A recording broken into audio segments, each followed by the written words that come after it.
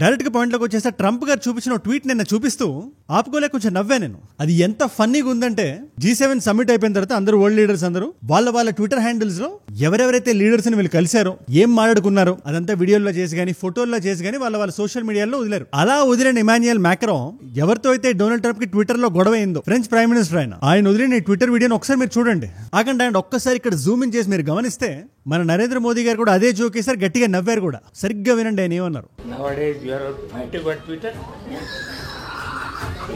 Nowadays you are fighting on Twitter అని అడిగారు ఆయన. అంటే దాని అర్థం ఏంటి? డొనాల్డ్ ట్రంప్ తో జరిగిన గొడవను ట్విట్టర్ లో అందరూ చూసారు, అందులో నరేంద్ర మోదీ గారు కూడా ఉన్నారు. ఆయనకు కూడా అది ఫన్నీగా అనిపించింది. ఎంత ఫన్నీగా అనిపిస్తే మాత్రం బయట బహిరంగంగా ఇలా మాడతారా అని కొంతమందికి డౌట్ రావచ్చు.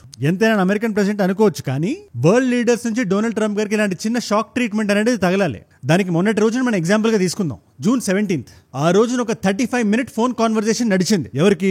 ట్రంప్ గారికి మోదీ గారికి మధ్యలో. వీళ్ళు ఏవేవైతే మాట్లాడారో మన ఫారెన్ సెక్రటరీ విక్రమ్ మిశ్రీ గారే బయట పెట్టారు మొత్తం. అదంతా వీడియోలో మనం మాట్లాడదాం. కానీ ఆ ఫోన్ కాల్ లో మోదీ గారు చాలా క్లియర్ గా చెప్పారు, లేదు యుఎస్ ఇన్వాల్వ్మెంట్ లేదు ఇందులో, ఇది ఇండియాకి పాకిస్తాన్ కి సంబంధించిన మ్యాటర్. ఇది ఉగ్రవాదులను కానీ ఆ బోర్డర్ దాటిస్తే అది ప్రాక్సీ వార్ కదా, అది యుద్ధం, ఏది ఆపరేషన్ సింధూర్ ఆన్ లోనే ఉంది. ఇంకా సింపుల్ గా చెప్పాలంటే దీనికి మీకు సంబంధం లేదు అని చెప్పారు. ఇప్పుడు ట్రంప్ గారు ఫోన్ కాల్ లో సరే ఓకే అని సూట్ వేసుకొని సైడ్ పాపడి దువేసి ప్రెస్ ముందుకు వచ్చి ఆయన ఏం మాట్లాడుతున్నారు మీరే ఒక్కసారి వినండి. I stopped a war between two major nations, major nuclear nations. I don't think I had a story written about it, but that's okay. మీరు చూసారా, ఆయన అబద్ధాలకు హత్తు పొత్తు లేకుండా పోయింది. ఇంకా బయటకు వచ్చి ఇండియా పాకిస్తాన్ యుద్ధాన్ని నేనే ఆపానని ఎత్తుకున్న రాగం దించకుండా మాడుతున్నారు. ఈయన్ని వర్ణిద్దాం అంటే నా గొంతులోంచి వచ్చే మాటలు సరిపోవట్లేదు. ఎలా వర్ణించాలి? ఎలా ఎలా ఎలా ఎలా ఎలా తెలుపను.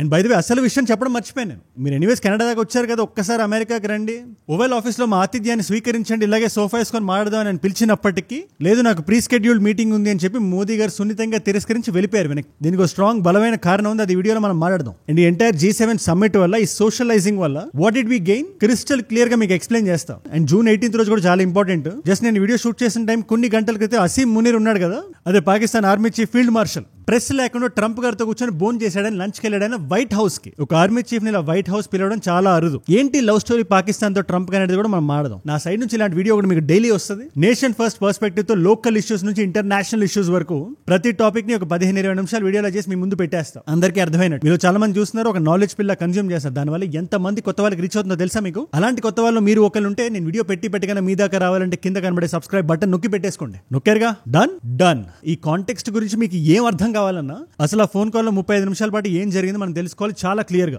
ఆయన మీద, ట్రంప్ గారి మీద మనం ఎన్ని జోక్లైనా వేయచ్చు కానీ నిర్వివాదాంశమైన ఆయన world's most powerful man. 16-17 G7 summit జరిగింది. అందులో మోదీ గారు అటెండ్ అవ్వక ముందే ట్రంప్ గారు వెళ్ళిపోయారు. ఎందుకు?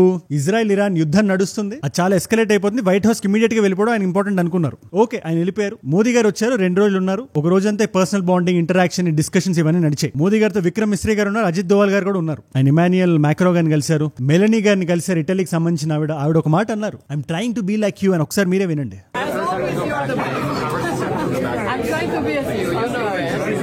You're doing a good job అంటే దానికి ఇలా రెస్పాండ్ అయ్యారు ఆవిడ. మ్యాక్రాన్ గారు చేసిన జోక్ మనం ఆల్రెడీ విన్నాం. సిరిల్ రామఫోసా గారు ఉన్నారు కదా, అదే ఈ సౌత్ ఆఫ్రికన్ ప్రెసిడెంట్, ఆయన కూడా కలిశారు. జపాన్ లీడర్ ని, సౌత్ కొరియన్ లీడర్ ని, ఇలా రకరకాల లీడర్స్ ని కలిసి పర్సనల్ ఇంటరాక్షన్ జరిగింది. June 17th జరిగిన డిస్కషన్స్ లో మోదీ గారు మాట్లాడిన దాన్ని మనం కొంచెం ఫోర్ ఫ్రంట్ లో పెడదాం. ఇది ప్రెస్ రిలీజ్ అయిన తర్వాత మనకు వచ్చిన ఇన్ఫర్మేషన్. ఇది ఆయన కరాఖండిగా ప్రపంచానికి ఒక మాట చెప్పారు, బట్ ఇండైరెక్ట్ గా ఇది యూఎస్ కి మనకి చాలా క్లియర్ గా అర్థమవుతుంది. ఈ గ్లోబల్ కమ్యూనిటీలో ఉండే కంట్రీస్ ఉంటాయి కదా, వాళ్ళ డబుల్ స్టాండర్డ్స్ ని బయట పెట్టారు. యుద్ధాన్ని అగ్రెసివ్ గా పర్సూ చేస్తున్న దేశాల మీద మేము ఉక్కుపాదం వేస్తాను ఒకవైపు మీరు చెప్తూనే, రష్యా లాంటి దేశాన్ని మీరు G7 లో పక్కన పెట్టేశారు. ఆయన రష్యా ఎగ్జాంపుల్ తీసుకోలేదు, బట్ ఆయన మీనింగ్ ఇదే. మీరు రష్యాని మీరు పక్కన పెట్టారు, ఇజ్రాయెల్ ఇరాన్ జరిగినప్పుడు ఇరాన్ ని మీరు పక్కన పెట్టారు. మరి పాకిస్తాన్ మీద ఎందుకు ఒక్కరు కూడా మాట్లాడేది? వాళ్ళు ఉగ్రవాదాన్ని ఎలా పెంచి పోషిస్తున్నారు మనం అందరం చూస్తున్నాం కదా, వాళ్ళని రివార్డ్ ఎలా చేస్తారు మీరు? అగైన్ దేశం పేర్లు తీసుకోకుండా ఈ మీనింగ్ వచ్చినట్టు ఆయన మాట్లాడారు. ఆయన ఉద్దేశంలో ఖచ్చితంగా అమెరికా ఉంది. దానికి మెయిన్ రీజన్ ఏంటో తెలుసా మీకు? యుద్ధం జరిగిన తర్వాత నుంచి ట్రంప్ గారు 14 సార్లు 14 స్టేజ్లు ఎక్కి ఇండియా పాకిస్తాన్ ఆపింది నేనే. వాళ్ళిద్దరు కొట్టుకుంటుంటే చిన్నపిల్లల నేను చాపాను, గైస్ కమాన్ గైస్ ట్రేడ్ అన్నాను అని. ఆయన ఇండియా పాకిస్తాన్ కలిపే ప్రయత్నం చేస్తున్నాడు, హైఫనేట్ చేసే ప్రయత్నం చేస్తున్నాడు మైక్ దొరికిన ప్రతిసారి. ఈ పాయింట్ ఆయన రేస్ చేశారు. దాని తర్వాత జరిగిందే ఈ ఫోన్ కాల్. ఇన్ఫాక్ట్ ఈ ఫోన్ కాన్వర్సేషన్ లో ఏం జరిగిందో విక్రమ్ మిశ్రీ గారు బయట పెడుతున్నప్పుడు ఆయన చాలా మెజర్డ్ గా మాట్లాడారు. డైరెక్ట్ గా ట్రంప్ గారు అబద్ధం చెప్పారని చెప్పలేదు, కాకపోతే కొన్ని మాటలు మనం పరిశీలించాలి, జూమ్ ఇన్ చేసి చూడాలి. పాయింట్ నెంబర్ 1, పెహల్గాం దాడి తర్వాత April 22 తర్వాత మోదీ గారు ట్రంప్ గారు మాట్లాడింది ఇదే మొదటిసారి అని.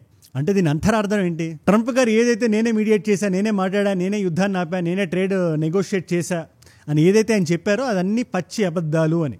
ఆపరేషన్ సింధూర్కి సంబంధించి ఏం జరిగిందో ముఖ్యంగా మే 6, 7, 8 ఆ టైంలో పాయింట్ టు పాయింట్ మోదీ గారు ట్రంప్ గారికి చెప్పారు. 22 अप्रैल को पहलगाम आतंकी हमले के बाद राष्ट्रपति ट्रंप ने फोन पर प्रधानमंत्री मोदी को शोक संवेदना प्रकट की थी और आतंक के खिलाफ समर्थन व्यक्त किया था. उसके बाद दोनों लीडर्स की ये पहली बातचीत थी. ఎలా అయితే మేము ప్రిసైజ్ గా మెజర్డ్ గా నాన్ ఎస్కలేటర్ గా వాళ్ళని కొట్టాము, అసలు వాళ్ళ సివిలియన్స్ ని లేపడం మా ఐడియానే కాదు అనే మీనింగ్ వచ్చినట్టు మోదీ గారు మాట్లాడారు. ఇన్ఫాక్ట్ మే 9న జేడీ వ్యాన్స్ గారితో ఫోన్ కాల్ నడిచింది మోదీ గారితో. ఆ రోజున జేడీ వ్యాన్స్ గారు వచ్చి లేదు పాకిస్తాన్ మీ మీద ఏదో చాలా పెద్దగా ప్లాన్ చేసేబోతుంది అని భయపెట్టే ప్రయత్నం చేశారు. కానీ ఒకవేళ గానీ వాళ్ళు అలా చేస్తే వాళ్ళే నష్టపోతారు. అగరు సైడ్ సే గోలీ ఆయింగే తో ఈ సైడ్ సే గోలే బర్సెంగే అంటే వాళ్ళు బుల్లెట్లు పంపిస్తే మేము షెల్స్ పంపిస్తాం మేము అంటే సింపుల్ గా తగ్గేదే లేదు అని ఆ రోజు మేము రెస్పాండ్ అయ్యాం అని ఈ రోజు ఆయన చెప్పారు. उसके मिलिट्री एयर बेसिस को इनऑपरेबल बना दिया. भारत के मुंहतोड़ जवाब के कारण पाकिस्तान को भारत से सैन्य कार्रवाई रोकने का आग्रह करना पड़ा. అక్కడితో ఆగలేదు. ఈ 3వ పాయింట్ ఇంకా స్ట్రాంగ్ గా ఉంటే జాగ్రత్తగా వినండి. ఇండియాకి పాకిస్తాన్ కి మధ్యలో ఉండే ఈ గొడవలో, పాకిస్తాన్ ఆక్యుపైడ్ కశ్మీర్ సమస్యలో బయట దేశం వచ్చి మీడియేషన్ ఎప్పటికీ ఇవ్వలేదు, ఇవ్వదు, ఇవ్వబోదు కూడా. ఈ మాటను ఆయన అచ్చుగుద్దినట్టు చెప్పారు. ఒక్కసారి మీరే వినండి. प्रधानमंत्री मोदी ने राष्ट्रपति ट्रंप को स्पष्ट रूप से कहा इस पूरे घटनाक्रम के दौरान. అండ్ పైగా మోదీ గారు ట్రంప్ గారిని ఉద్దేశిస్తూ ఒక మాట అన్నారంట, అమెరికా ఏదైతే ట్రేడ్ టాక్ చేస్తాను అని చెప్పి ముందుకు వచ్చిందో దానివల్ల యుద్ధం ఆగలేదు అంటే ఇంత ఓపెన్ గా చెప్పుంటారు. దీన్ని నీట్ గా షుగర్ కోట్ చేసి ఖచ్చితంగా చెప్పుంటారు. పాయింట్ నెంబర్ 2, లేదు మీకు ఎవరో తప్పుడు కమ్యూనికేషన్ అందించుంటారు, మీ వల్ల అయితే మేము ఆగలేదు అని చాలా సున్నితంగా చెప్పారు. ఎందుకంటే నిజాన్ని ఎప్పుడు మనం కాంట్రడిక్ట్ చేయలేం. ఎంత పవర్ఫుల్ మ్యాన్ అయినా, ప్రపంచపు అంచుల మీద నిలబడ్డా కూడా అమెరికా ప్రెసిడెంట్ అయినప్పటికీ నిజాన్ని ఎవరు డిబేట్ చేయగలుగుతాడు మీరే చెప్పండి ఒకసారి. అందుకే నిజాయితీగా ఉండాలి. ఆయన ఏం చెప్పలేదు, అక్కడ ఏం మాట్లాడలేదు. ఎనీవేస్ కెనడాలో ఉన్నారు కదా, ఒక్కసారి ఇలా అమెరికాకి వచ్చి వెళ్ళిపోండి అని ఇన్వైట్ చేశారు. లేదు ఆల్రెడీ ప్రీ షెడ్యూల్డ్ విజిట్ ఉంది టు క్రొయేషియా, అది చూసుకుని వెళ్తారండి. క్రొయేషియాలో ఇన్ఫాక్ట్ ఒక్క విషయం చెప్దాం అనుకుంటున్నాను నేను. మోదీ గారిని వెల్కమ్ చేసినప్పుడు వాళ్ళు గాయత్రి మంత్రంతో స్టార్ట్ చేశారు. చాలా అద్భుతంగా ఉంది అగైన్. ఎనీవేస్ ఇప్పుడు మోదీ గారు అమెరికాకి వచ్చి వెళ్ళొచ్చు కదా, ఏమంత ఇబ్బంది వచ్చింది ఆయనకి? నో చెప్పాల్సినంత అవసరం ఏమొచ్చింది అమెరికా ప్రెసిడెంట్ కానీ కొంతమందికి డౌట్ రావచ్చు. దానికి 2 కారణాలు ఉన్నాయి, మీరు జాగ్రత్తగా వినండి. పాయింట్ నెంబర్ 1, మీరు ప్రెసిడెంట్ పబ్లిక్ షెడ్యూల్ కానీ బయటికి తీసి మీరు చూస్తే 1 o'clock అక్కడ ఏం రాస్తుందో ఒకసారి మీరే చూడండి. చాలా క్లియర్ గా రాస్తుంది, అసీం మునీర్తో లంచ్ ఉంది, ప్రెస్ క్లోజ్డ్. ఇక్కడ ట్రంప్ అనే వ్యక్తి ఎలాంటి తెలివితేటలు వాడుతున్నాడంటే ఆయన అదే రోజు ఇండియన్ ప్రైమ్ మినిస్టర్ ని, పాకిస్తానీ ఫీల్డ్ మార్షల్ ని కలిసి ఇండియా పాకిస్తాన్ ఒకటే అని చెప్పే ప్రయత్నం చేద్దాం అనుకుంటున్నాడు ఆయన. ఇది ఊహాగానం కాదు. ఇన్ఫాక్ట్ ఆయన డైరెక్ట్ గా బయటకు వచ్చి బహిరంగంగా చెప్తున్నాడు, లేదు పాకిస్తాన్ అద్భుతమైన దేశం, వాళ్ళ యుఎస్ జనరల్ కూడా Pakistan has been a terrific partner అని ఆయన చెప్తున్న వీడియో కూడా బయట ఉంది. Pakistan with limited intelligence that we're providing them, go after them using their means to do that, and we're seeing an effect on ISIS course. Pakistan had over 1,000 terrorist attacks in the western area, killing about 700 security and civilians and 2,500 wounded. They're in an active counterterrorism fight right now. Modi గారు అంత clear గా చెప్పిన తర్వాత కూడా ఆయన బయటకు వచ్చి అబద్ధం ఆడుతున్నాడంటే ఖచ్చితంగా ఇండియాతో ఆయనకుండే రిలేషన్ నాకు లేకపోయినా పర్వాలేదు అని ట్రంప్ అనుకుంటున్నాడని మనకు అర్థమైంది. ఇప్పుడు ఆయనకు అనుకునే లగ్జరీ కూడా ఉంది, అమెరికన్ ప్రెసిడెంట్ కదా. ఇన్ని సంవత్సరాలు జార్జ్ బుష్ గానీ, మన బరాక్ ఒబామా గానీ, అంతేందుకు జో బైడెన్ కూడా, ఈయన ప్రీవియస్ టర్మ్ లో ఇదే ట్రంప్ మన భారతదేశానికి 2020లో వస్తే ఘన స్వాగతం పలికాం మనం. మరి ఏమంత ఇంట్రెస్ట్ వచ్చేసిందో పాకిస్తాన్ లో ఈ గ్యాప్ లో నాకు అర్థం కావట్లేదు. ఎనీవేస్ అదే రోజు అటెండ్ అవ్వకూడదు అనుకుని ఉంటారు ఖచ్చితంగా. ఆడి పక్కన నేను ఉండడం ఏంటి, ఆడెవడో అసీం మునీర్ వైట్ హౌస్కి వెళ్ళిన రోజు నేను వెళ్ళడం ఏంటి అని ఖచ్చితంగా అనుకుని ఉంటారు. పాయింట్ నెంబర్ 2, ట్రంప్ గారి మధ్యన ఏం చేస్తారు మనం అందరం చూస్తున్నాం కదా. లీడర్ని పిలుస్తారు, ఓవెల్ ఆఫీస్ లో కూర్చోబెడతారు, ప్రెస్ ని ముందు పెడతారు, గన్ పాయింట్ లో ఏదో మాడేస్తారు. లేదు నేనే ఆపాను కదా ఇండియా పాకిస్తాన్ అని మోదీ గారిని అడిగేయచ్చు. ఒకవైపు చూస్తే వీఆర్ నాన్ కన్ఫ్రంటేషనల్ పీపుల్, పెద్దగా ఎక్కువ గొడవ పెట్టుకోం మనం. అట్ ద సేమ్ టైం మన యుక్రెయిన్ నుంచి జెలెన్స్కీ నేను ఫిబ్రవరి 27, 28 ఆ టైంలో పిలిచి మరీ ఏం చేశాడో మనం చూసాం ఓవెల్ ఆఫీస్ లో.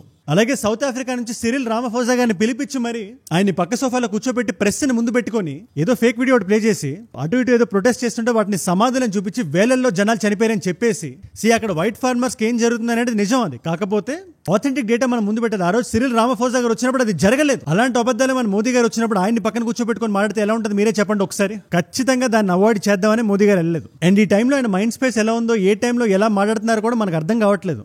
ఇంకా జెలెన్స్కీ గారు అంటారు ఆయన వేసిన బట్టల నుంచి మీరు ఇంత డబ్బులు తీసుకున్నారు మా దగ్గర ఇసుమంతా కూడా గ్రాటిట్యూడ్ లేదని చెప్పి ఆయన అలా అవమానించారు కదా. ఇవన్నీ ప్రపంచం అంతా చూసింది, ఇది మర్చిపోయే సంఘటనలు అవి.